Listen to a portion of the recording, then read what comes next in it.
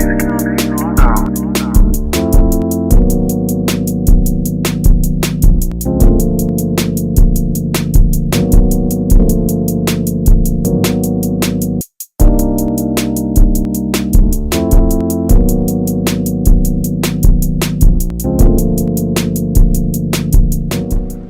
guys, I picked this thing up yesterday. I was looking for a really gentle pressure washer, something that can help me.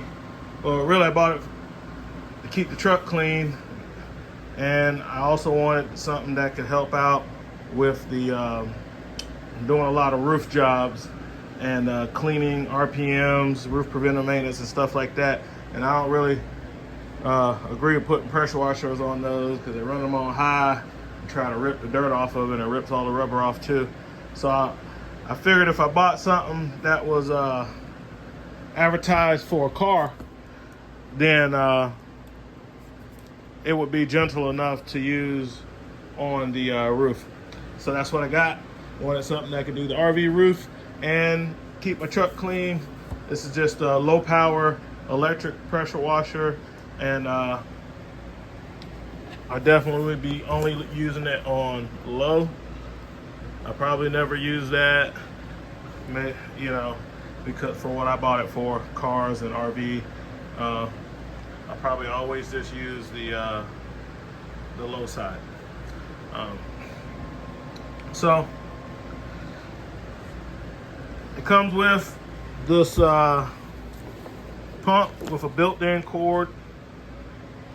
Has like a trip thing breaker on it, built-in AC breaker, on-off button.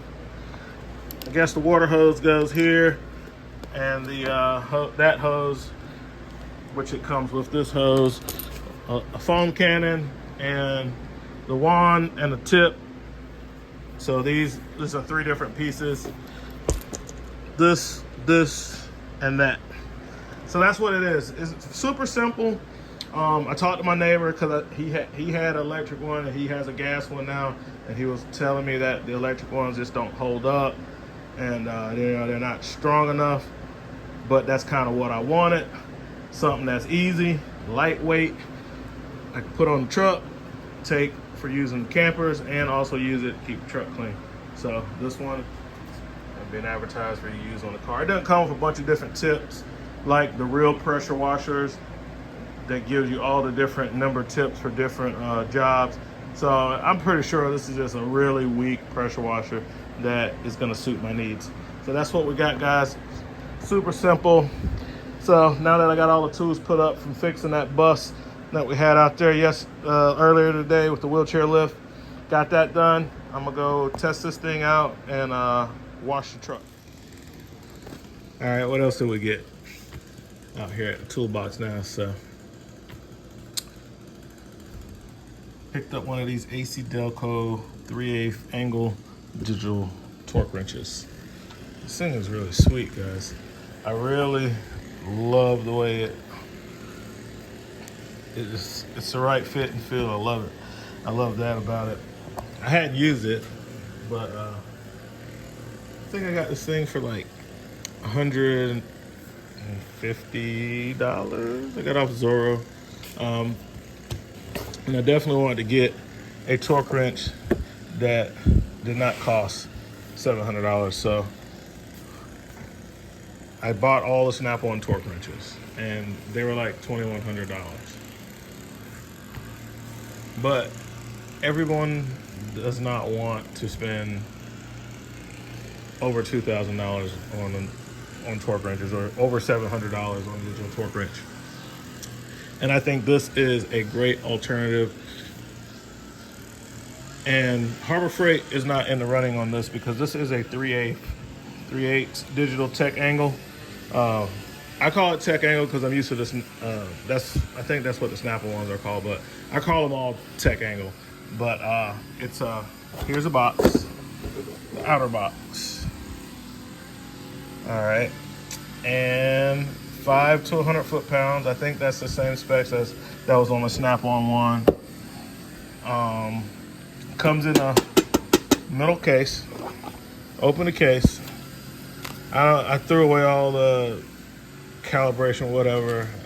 I never bought into that anyway, even on the Snap-on ones, because if you're giving me a certificate of calibration and it's not a third party, then like a third reputable party that is independent, then what does it matter? Who cares? The market will tell us if they're good or not. YouTubers will let us know. There's like 3 or 4 really good YouTube channels that really focus on torque wrenches. And I just watch those. I trust that more than the calibration certificate. So we got that out of the way. Like I said, I love the look and feel of this. Kind of has that Matco burgundy going on. The grip is really nice. It takes 2 AA batteries. So you see the Dollar General. Grab a couple Energizer Max, throw in there. Of course, when it first comes on, you lay it flat, calibrate it. So turn it on, it does its calibration thing, and it comes back to the last thing you had it set on. I had it on 10 foot-pounds, and the button moves pretty quick. And then if you hold it down to get to faster, yeah. So that's holding it down so it can move through the range, 60 foot-pounds. So that's pretty good. Like I said, I hadn't used it. This is just like an unboxing, first impressions. The chrome is nice. This one is quick release. The mechanism feels really good. It feels smoother than my Snap-on Synergy ratchets. But yeah, I love the grip on it, man. The grip is stellar, and it's a good size. It's the right size for a 3/8 torque wrench. For scale, this is my favorite go-to 1/2-inch torque wrench. Even though I bought all those Snap-on torque wrenches, like 2 of them will probably hardly ever get used. The 1/4-inch torque wrench and the 1/2-inch torque wrench. Why? Because it's the 1/2-inch torque wrench is too slow, and the 1/4-inch torque wrench, I can use that for like electrical boxes and stuff like that. But as far as on a car and stuff, I'm not really using, for what I do, I'm not really using a 1/4-inch torque wrench. But yeah, this is fast, and you don't have to reset it. You just pop it, spin the dial. It's fast. Click, click, click, all the way around the vehicle you're working on, and it's quick. So digital torque wrenches, you gotta kind of go real slow with them, wait for them to beep and vibrate and change color and do all that stuff, and it takes too long if you're torquing tires for me to do that. So I like this one. This is my favorite one. So yeah, the case is pretty nice. It comes with this little stuff in it to keep the moisture out. Fits in here like that. Small enough to fit in the toolbox. The case for like when I want to throw this on the truck, which is keeps it from getting all messed up, because it is a kind of sensitive piece of equipment, so you can't just throw this. Distributed by Durofix, which is all just licensed stuff by some electronics company in Taiwan that got a license from AC Delco to sell tools, and they do it through the Durofix brand, made in Taiwan. So they have some that's made in China, they got some made in Taiwan. These are made in Taiwan, so that's nice.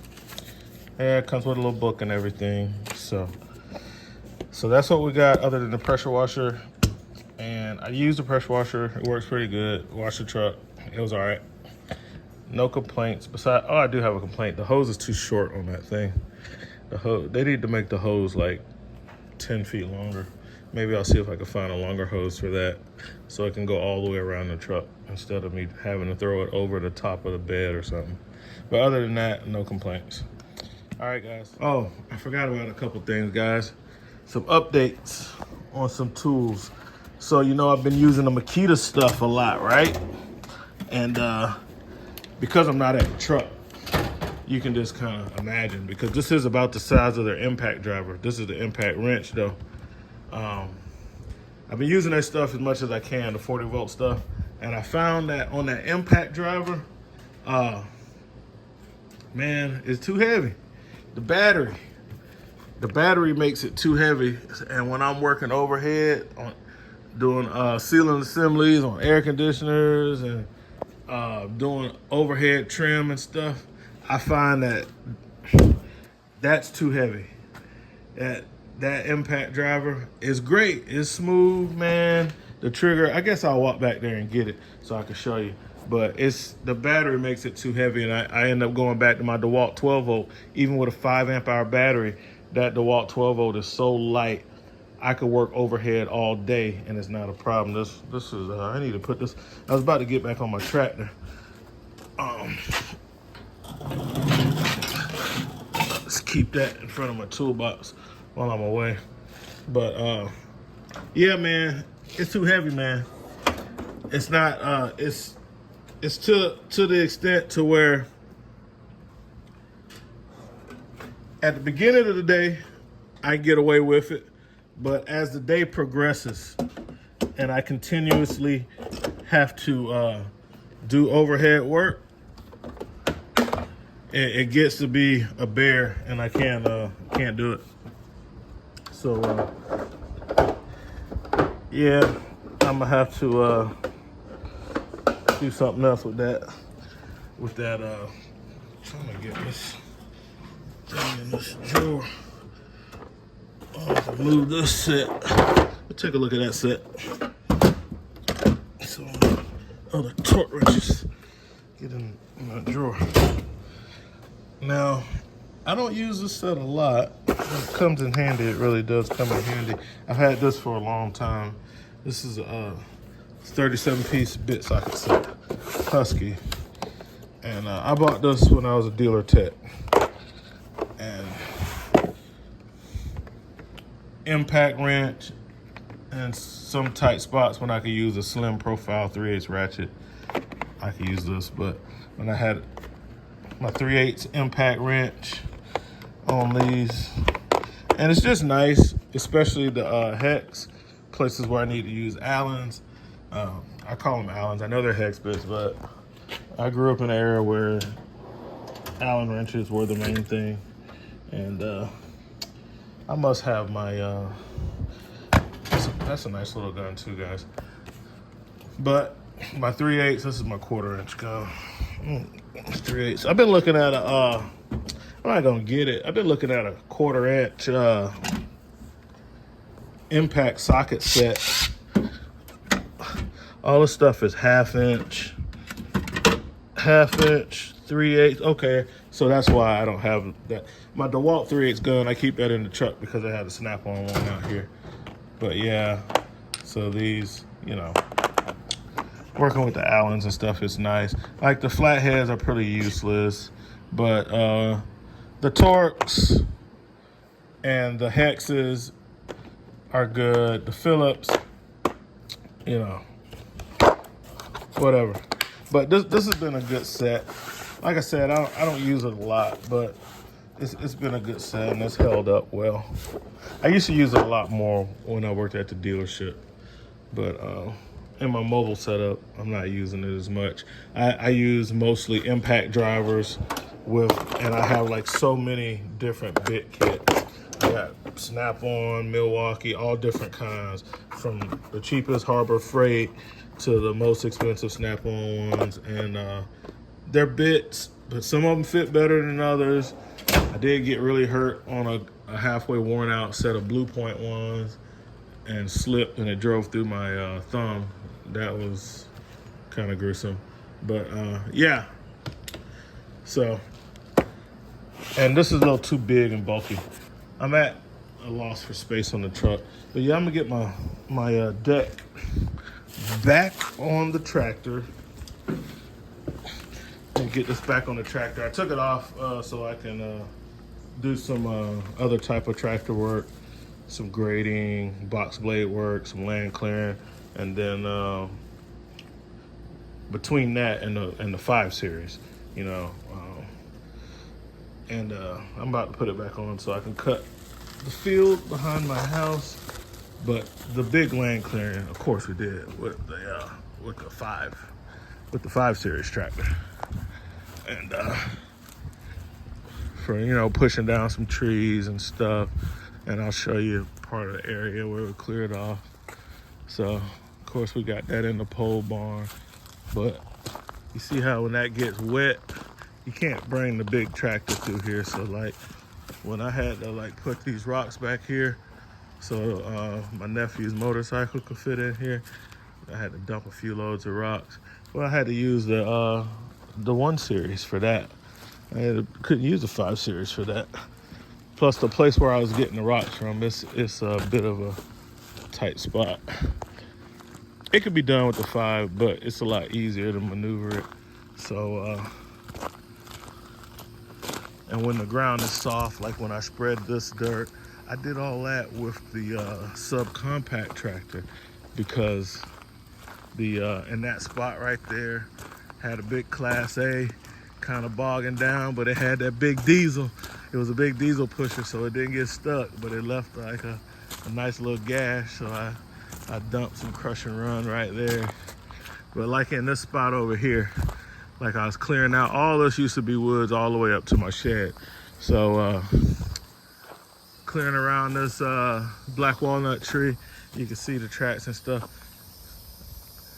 Started off with the 5 Series, the bigger trees and stuff back, and then the cleanup work afterwards, you know, box blading and stuff like that.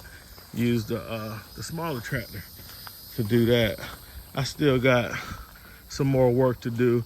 So this had such deep holes and valleys and peaks to where I felt sketchy even driving over it with the tractor. I thought that baby was gonna flip. So I had to level this out. You know, I used my box blade to get it most of the way, and then my land plane to sort the rest out. And so now I can come through with my brush hog and catch the rest of those roots and trees and whatever sticking up. I get the brush hog on that. But yeah, that impact driver that I was telling you guys about, the thing is nice, man. The gearbox in that thing is so smooth. I mean, the functionality is great, but I'm seeing the limitations on it based on the weight.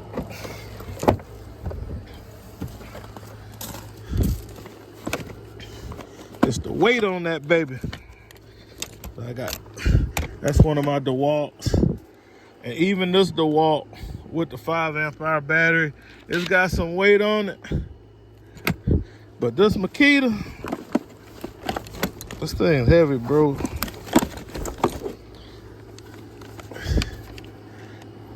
With that 40 volt battery, they about neck and neck. I don't use that. I don't use that DeWalt. I use this DeWalt.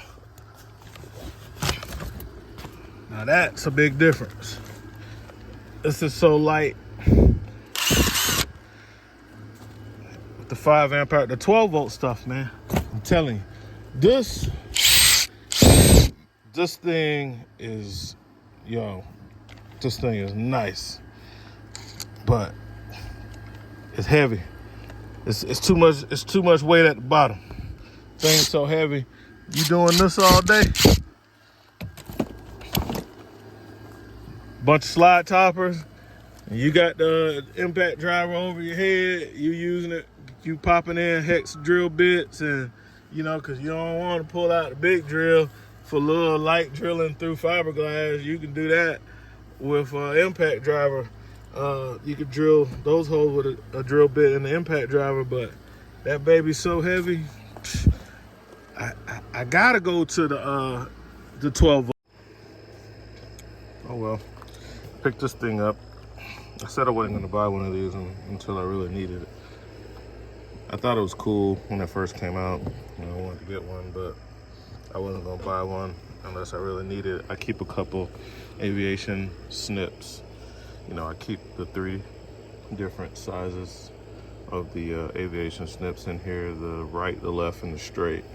So when the little bit of when I had to do little tin work or, you know, messing with the J-Wrap a little bit, I just use the tin snips, and I hardly ever had to use those, so they just been sitting in the box.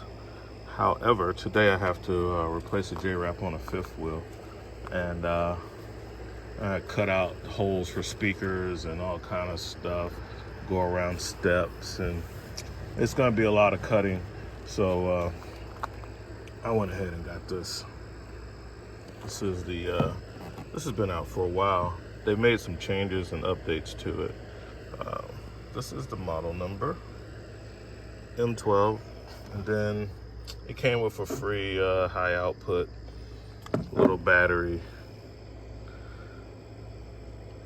So I will, a tool like this needs a big battery. I'll probably put my 5.0 on this. I doubt that this is gonna put the same power out as like a 5.0 battery. But if you think it does, put it in the comments. So a couple things that changed, one for the better, one for the worse. For the better, this used to be plastic and now it's metal, it's like cast. So this is no longer plastic. And then they made the bag really small. You know, they branded it, but it's like tiny. So you'd be dumping this thing a lot. And then they put this stupid, like, who's gonna not dump this out after they're done with it to where they need to. And what happens is that gets in the way because that is there. And then when you put this on, you see how it wants to flip up. It gets in the way, so you'll have to orient it to where it's like at the back. So between the capacity of it, I could barely get my pinky in it, and the flap, that if I had to use the bag, I would be cutting this off. So it's more like the old one, but the old bag was way bigger and you could do a lot before you had to dump the bag. And even people said that filled up quick. So why they would like take it down to 1/3 of the size, I don't know. I guess they just wanted to put the Milwaukee on it to make it look cool, but I don't know why they did that. But yeah, for this to be usable, you kind of got to cut this off. Cut the little stretchy elastic. Just have to cut that off to where it's not going to be flipping up in the way, because it will, as you can see, it's going to be in the way. Anyway, I'm not going to talk too much about this tool because, like I said, this is not a new tool. It's just new to me. And if you got to do a lot of work with flashing and thin sheet metal, I think the max it can go up to is 16 gauge mild steel. So it can cut thicker material if it's softer, thinner material if it's harder. So right in the middle where they rate these at, 16 gauge for mild steel. So it'll be even less for something like stainless, and then it'll be even more for something like aluminum. Okay, but that's what we got, guys. I'm gonna go ahead and cut this, put the video together, and get this out to you guys. I'm gonna go do this job. I'll let you know how.